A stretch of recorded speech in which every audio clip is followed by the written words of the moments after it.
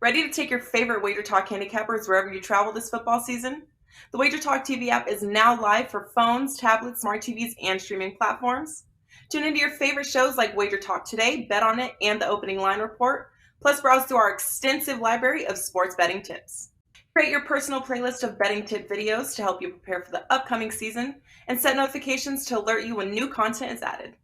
Download the app for Apple, Android, Amazon, and Roku devices by searching for Wager Talk TV, or scan the QR code on your screen to join the winning conversation today.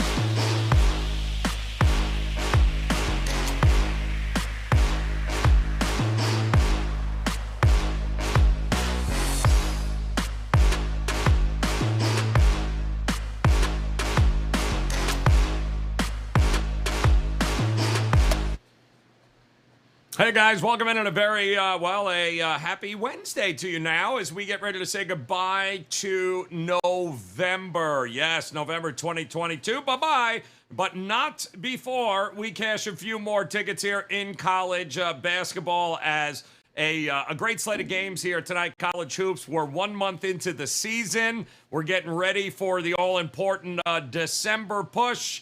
But we got three guys here ready to cash tickets alongside you as we welcome back in the Tony brothers. Look at that, the brothers with different mothers. Tony Mejia, Tony Finn in the house. And what's his name? Oh, that's right, Bryan Power. Yes, always a pleasure to see you, sir. Always good times. Gentlemen, now is the time, college basketball. We love this time of year. And Bryan Power, you especially love it, man. Not only are you picking dogs? You got outright winners. You are just crushing it, man, in college hoops. Congratulations. Do you happen to have a little something for us over at wagertalk.com? Yeah, I do, Joe. First off, as you mentioned, last night was a good one. 3-0 in college hoops. So almost had three outright winners. We had Charlotte win outright. We had Wake win outright. And then UC Irvine almost won outright too, which would have been an incredible capper to the day. But I'll take an easy wire-to-wire cover against San Diego State. So we're looking to do it again tonight, Joe. I have three more college basketball plays loaded at wagertalk.com for tonight. And I will actually be giving one of them out for free at the end of this program. So there you go.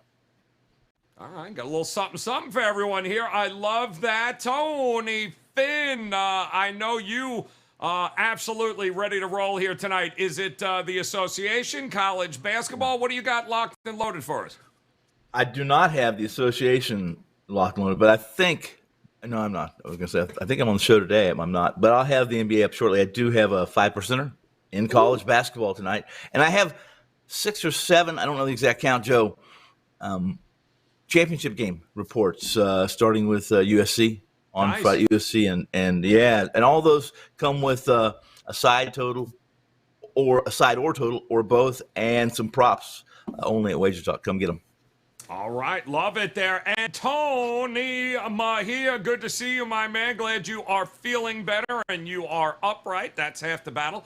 Talk to us here, my man. What do you got rolling in this Wednesday here as we say goodbye to November? What's up for you? Yeah, I picked myself up out of bed to give the people a 5% play to close out the month. So hopefully it's as easy as the 56-0 Tennessee win over the weekend over Vandy. Ooh. And so, yeah, we got a 5%er in the association tonight. Nothing loaded yet for college basketball. Actually began my prepping for this show. And some things that stood out, so we'll probably get a couple of plays in there. Looked at the NBA card. It's a big one tonight, too, so I'll be on the show later with you as well. And we will talk basketball, and obviously I have a soccer game on above my head.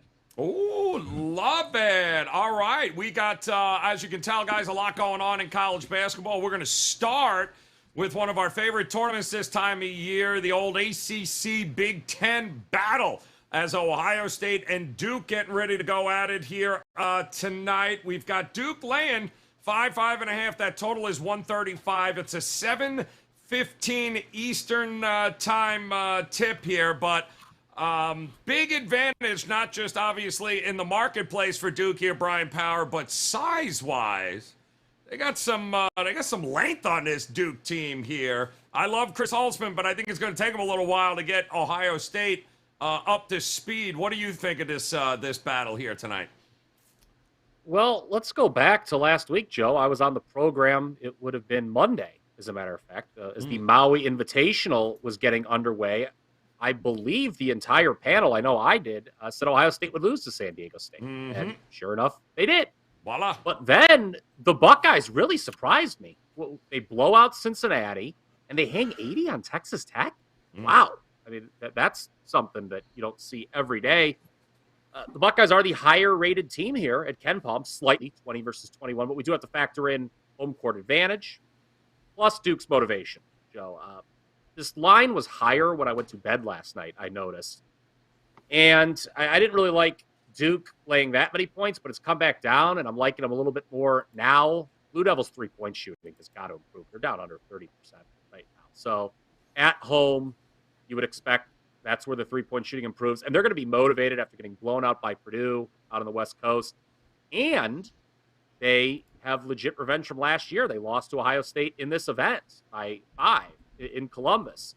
So I know Coach K said his goodbyes, but it's still Cameron Indoor. And let's go back to what we talked about last week on the show, Ohio State and San Diego State in that game. Ohio State's a young team. I know Duke is too, but this is the Buckeyes' first true road game. John Shire says he's going to turn to a 2-3 zone on defense a little bit more. So I like Duke to bounce back and cover in this spot.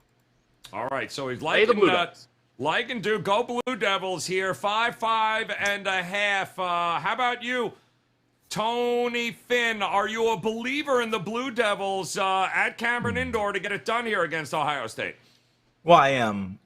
What I don't know, and if anyone here does know, please share it with me, and that is I still can't put my arms around Duke and who they're going to be early in the season. We saw Coach K for so many years, and not that he was so transparent and so routine that we knew exactly what his teams were going to be. They were going to be athletic, talented, long, and struggle a little early and get better as the season went along. I don't know yet about that, about what Duke's under the new regime. I don't know what they're going to be. I do know this. It's hard to be upset with Duke with their 2 losses, losing to Purdue, who, wow, right? And Kansas is there's nothing to be completely ashamed about. So for Ohio State, the successful trip to Maui Invitational after falling to, as you mentioned, San Diego State to open the tournament, they read off those really 2 nice victories.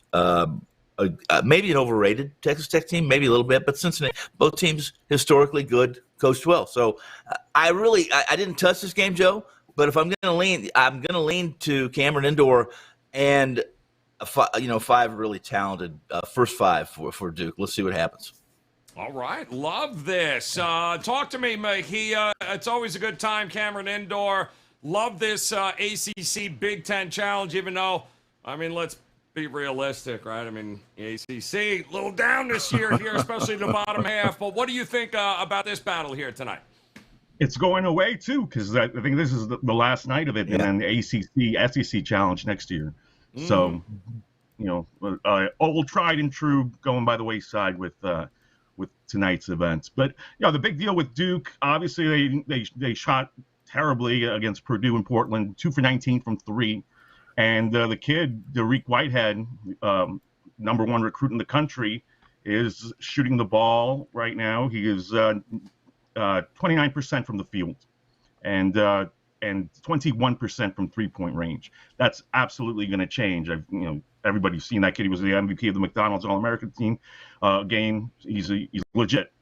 So look for all these things to change. But yeah, it's such a young roster, and you've got Jeremy Roach, who is the one mainstay, and then you've got all these kids that came in: Filipowski, Malik, Mark Mitchell, Derek Lively, and Dariq Whitehead. So a lot of and a brand new coach in place. So I've heard my 2 cohorts here mention Cameron Indoor as a big part of why they lean towards Duke tonight. I think that's going to be a huge factor, simply because I think these kids want to feel at home, and it's going to be, especially a team this young, a competitive advantage. Now, I won't write off Ohio State, though, because they've looked pretty good, and they've got a guy I know Isaac Likely from Oklahoma State days, who is playing really well for them.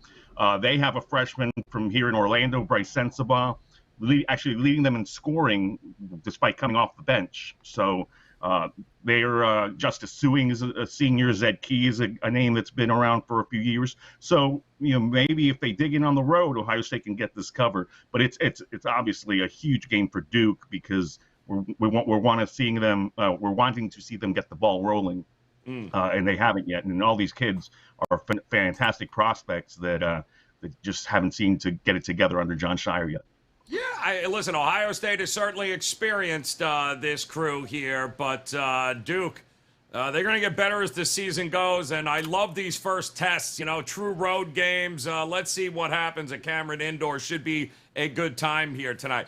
Not a good time is whatever the hell is going to happen in this game. I can assure you of that for Florida State, as they are, hey, Purdue, nice to see you. Let's play. Let's have a game here. 16, it might as well be 116. 136. This is, honestly, one...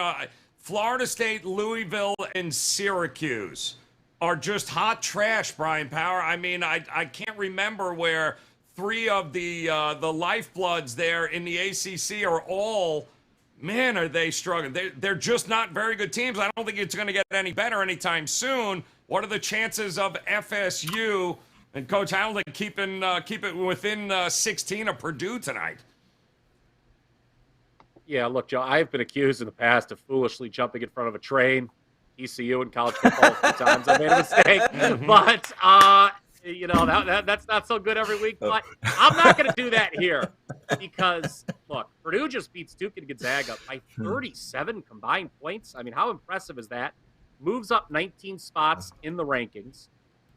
And again, I usually look at a matchup like this, Joe. We've done a few programs. I think maybe you remember one or two things I say. And I look at this, all right, you got a team playing out of its mind, laying double digits on the road, and I'm going to go the other way, figuring it's a sell-high spot, especially when on the flip side, the underdog has grossly underachieved. But again, I have zero interest, as you alluded to, in playing the role of hero when it comes to this Florida State squad. 1-7 straight up and against the number. Outscored by almost 15 points per game by Siena, Stanford, and Nebraska in the ESPN Events Invitational. What do those three teams have in common? They are all not as good as Purdue. And exactly 1 year ago, part of this event, Big Ten-ACC Challenge, the Boilermakers beat Florida State by 28. Tallahassee's not going to be that big of a change. A lot of times on these shows, I'll say dog or pass. But it's favored or pass here, and perhaps instructive, perhaps not. Last night, you referenced Louisville, Joe, another of the dumpster fire ACC teams, okay? They're at home getting double digits against an undefeated Big Ten team. What happened? Maryland killed Louisville. So there's just no way you could play Florida State in this game. It's not on my card. If you want to play it, you got to take Purdue, as much as I hate laying 16 points on the road. Yeah, I almost feel like first half is the way to look here, Tony Finn. Just get Purdue, watch them blow it out early, and then get the hell out of it altogether here. What do you think, Finn?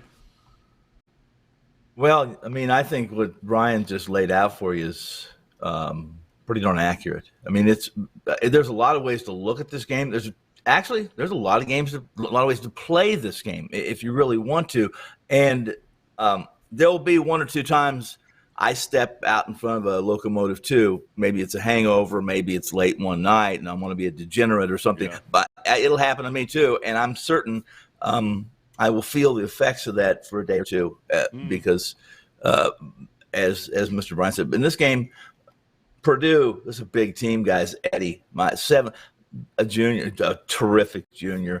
I don't know how even long, lean Florida State guys. We've known Florida State to be well coached, lean, long, gambling defensive team. There's Eddie, there's Lawyer, there's Morton, there's Newman, there's First, and then you got to deal with the reserves that aren't too bad for Purdue. But here's the deal: following a year where the Seminoles failed to qualify. If you remember, in 2016, I think that's the first time since 2016 last year, right? Yeah. Long story short, they play Stetson. I watched a little bit of this game, a film of it. Stetson jumped out to a 5-0 lead, and I said, Florida State looks slow. They don't look like they're defensive. The next thing I knew, Stetson never trailed. They led by as many as 18, and they won. Then I said, well, it's early, right? Well, and then I saw Florida State play fairly well, albeit against Mercer, right? It's their only win of the season. Only win of the season. They were embarrassed by a Siena team that should never have been in the same room with this team at the end of the game. As Brian said, Purdue, first half may be the way to go. In fact, I don't think it's a stretch to look at this game. If you can get a decent alternate line, you might be able to maybe you can get paid. Brian, you said you don't like laying 16 on the road. Maybe we can get paid. I haven't looked at it, but let's look at some alternate lines. I'll do it while we're talking about the games. And maybe we can lay 25 and get paid 2-3 to 1, right? Let's just give it a shot. I mean, we're starting 60 years, Tony Mejia. This is not what they are used to at Florida State. And, Leonard Hamilton, the injury bug has just been – it's crushed them over the last couple of years. I mean, this was a Sweet 16 team 2 years ago, man. And now, they're 1-7, and I don't see it getting any better here tonight. Do you? Is there any hope on the horizon for FSU? No, I don't think so. I mean, they'll figure some things out defensively because I don't think Leonard Hamilton has forgotten how to coach. But, I mean, Caleb Mills, Cameron Fletcher, and Matthew Cleveland were a part of last year's team. And I had to do a double take on this. It was on November 30th, 2021. These two teams played, and Purdue won 93-65. And then looking at that box, Zach Edey scored just 12 points and played only 19 minutes because Matt Painter doesn't really like to tax him, and they had the other backup big man that they played through. So, I mean, this is a deep Purdue team. I'm not a huge Matt Painter fan, but he's clearly got them playing well at the beginning of the season, which is half the battle in these early games when you're still trying to figure things out. I mean, what they were able to do last week was extremely impressive, beating Gonzaga and Duke back-to-back as handily as they did. So, obviously this is a Purdue or pass situation. I like your take on the first half if you're going to play it, so you're not backdoored by some nonsense late. Darren Green played at UCF last year. He's a 3-point shooter, and he's actually shooting the ball better than anybody else, nearly 40% from 3-point range. If FSU has any chance to stay alive, I think he needs to hit 5 or 6 3-pointers. All right, good stuff here. Like Purdue, certainly to win it, but my goodness, feel terrible there for what's going on at FSU. Probably shouldn't feel all that bad on this losing streak either, huh? How about North Carolina? What is that, a losing streak? Oh my word. Back-to-back losses now, taking on Indiana, 4.5 for Indiana, 145 and a half for this. I believe Baycott and Jackson Davis are going. I know there was an ankle injury for Baycott, and I think it was either a wrist or a hand injury for Jackson Davis with Indiana. Certainly got some guys that can play. I expect this to be a pretty good game, Bryan Power. Who do you give the edge to? Yeah, well, first off, hats off to anyone who sold high on North Carolina last week. Yeah. Tar Heels, they were ranked number 1 in the polls, but they were significantly lower over at KenPom. And, you look, they weren't winning by a lot. So you could see that maybe a losing streak or a loss was forthcoming. Sure enough, they fall to Iowa State, Alabama. I was kicking myself for not taking Bama in that game. Although the last thing I need, Joe, on an NFL Sunday is sweating out a 4 overtime college basketball game. I was already on the ground because of Jacksonville rolling around saying, please, somebody do something. So, didn't need 2 games like that going on. Although it would have been nice to have both, I guess, in retrospect. But this line was as high as -7 before I went to bed last night. Did I see that? Sometimes I see things before I go to bed, but I think that is accurate. It was -7. So the injured players you talked about, Joe, the line movement suggests that, okay, they're going to play. Indiana, I think, has said they expect them to play. Yeah. I wished I would have grabbed the Tar Heels at that price because I think this is a good bounce-back spot for them. They're 1-6 against the number, so it's created some value. People have been burned on them. I know they were not winning impressively earlier in the season, like I said, but the 2 losses were close. So, it's kind of like Duke what Tony Finn mentioned earlier. No shame necessarily in those two losses. Iowa State and Alabama are two good teams, particularly Alabama. Indiana also has not really played anyone, save for Xavier, and they only won that game by 2. Can they continue to shoot 38% from 3, the Hoosiers? Probably not. I know this team won them all in 1976, Joe, but spoiler alert, they are not going to win them all in 2022-23. So I would take the points with North Carolina in this. Taking the point. You're right. I saw 6s, even 6.5s available there, and I think Baycott was still questionable at the time, but it looks like he's going to go. Here's the problem I have, Tony Mejia, is that I believe Caleb Love, R.J. Davis, I believe Leaky Black, they all played about 60 minutes in that, I think just about 60 minutes in that 4 overtime marathon against Alabama, which was one of the more entertaining games that we have seen early on this year. How do they bounce back here on the road now against Indiana, in your opinion?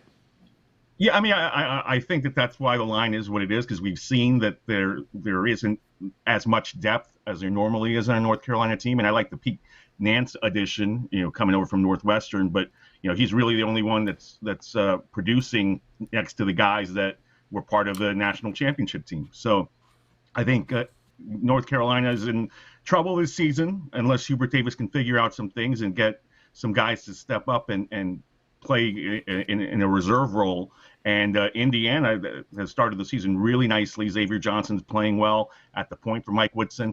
What also stood out for me, I thought this total opened lower than I anticipated it would, because North Carolina is still scoring even, and they're not playing defense. And you figure that Indiana is going to be able to plug guys in at Assembly Hall and play through Jackson Davis in the post and get some things accomplished. So maybe a trap total. But this is a game I like to watch and absolutely want no part of.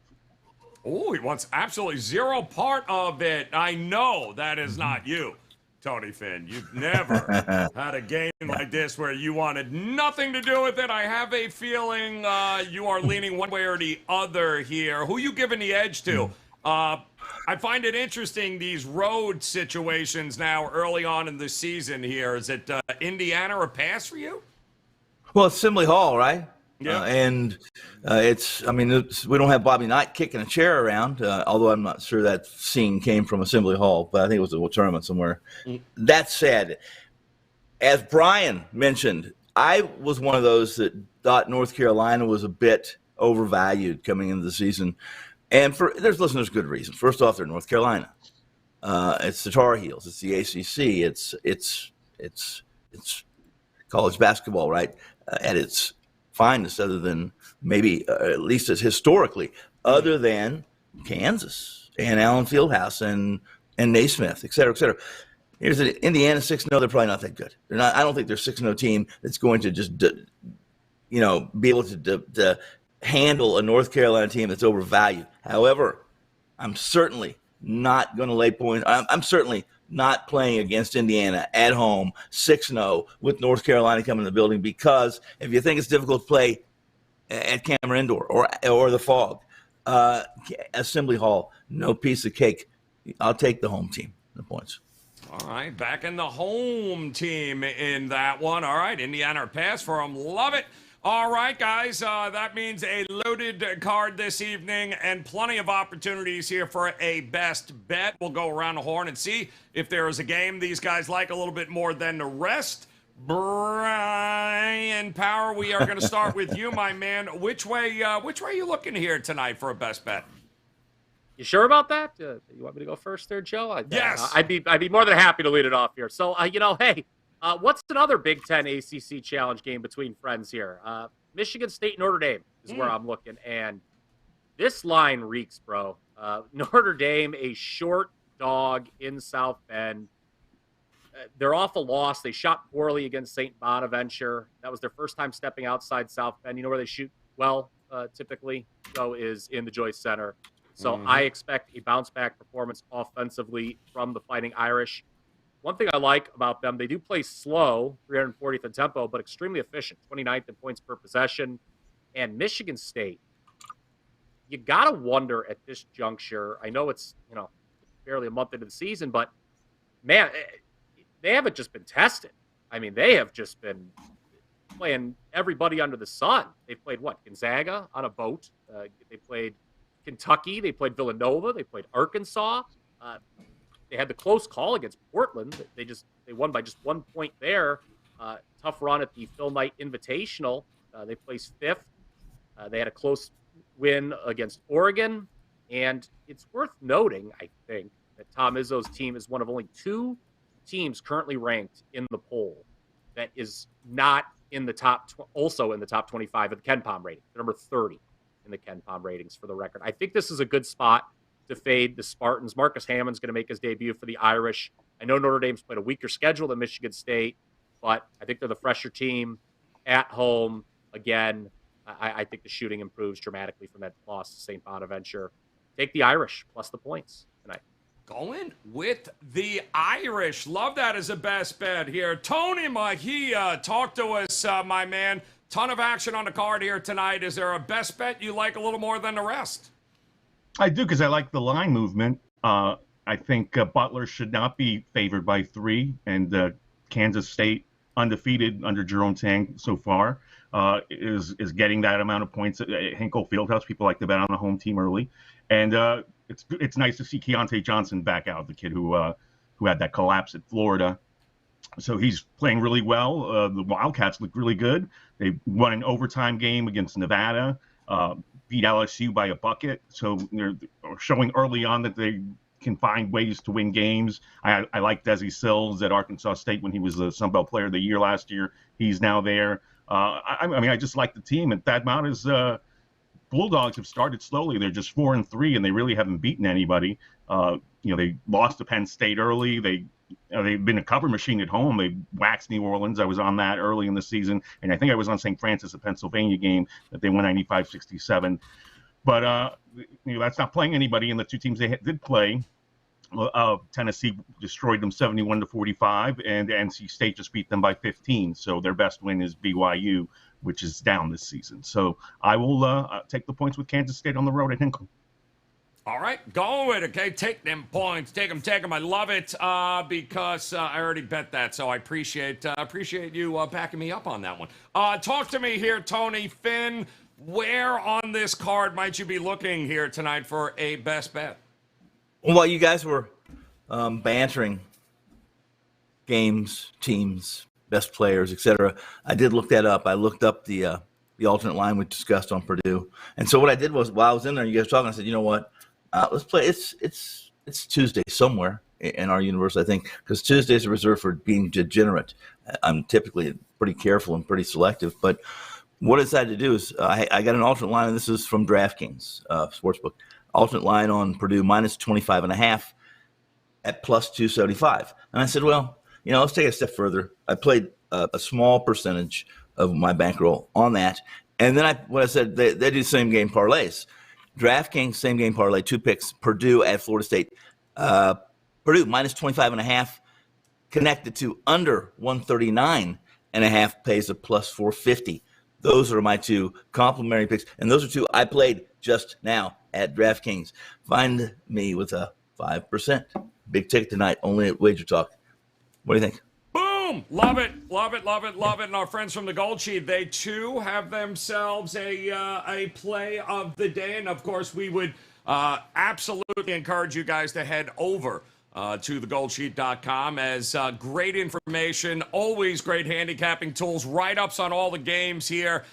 Do yourself a favor, absolute gold at the Gold Sheet. They are looking at New Mexico, taking on St. Mary's tonight, and guess what? They are bucking the trend. They said take the points and go with New Mexico tonight, expected to hang with St. Mary's, and make sure you visit goldsheet.com. All right, I'm going to go with a just an offensive juggernaut tonight. If you love offense, do not watch South Carolina taking on George Washington. It might be, quite honestly, the worst game you ever see, but it leaves the opportunity for an under, which is exactly where I'm going in that one. 136, 135.5, somewhere in there.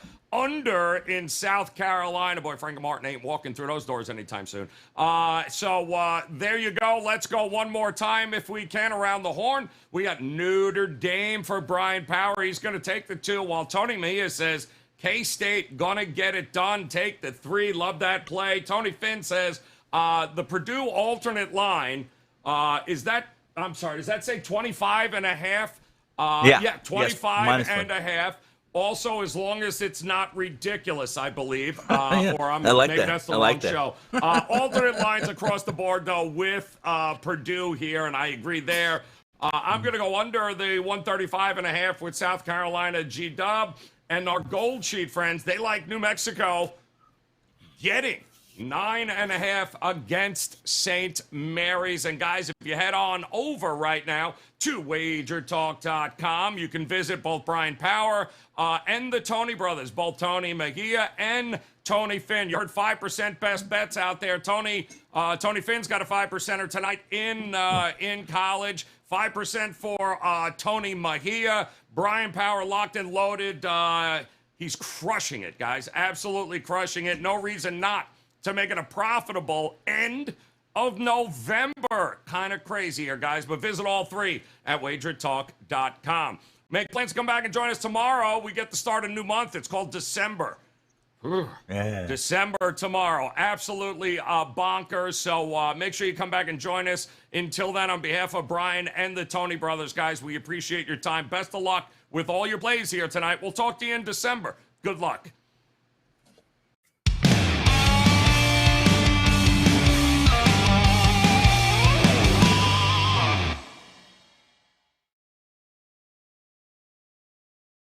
Ready to take your favorite Wager Talk handicappers wherever you travel this football season?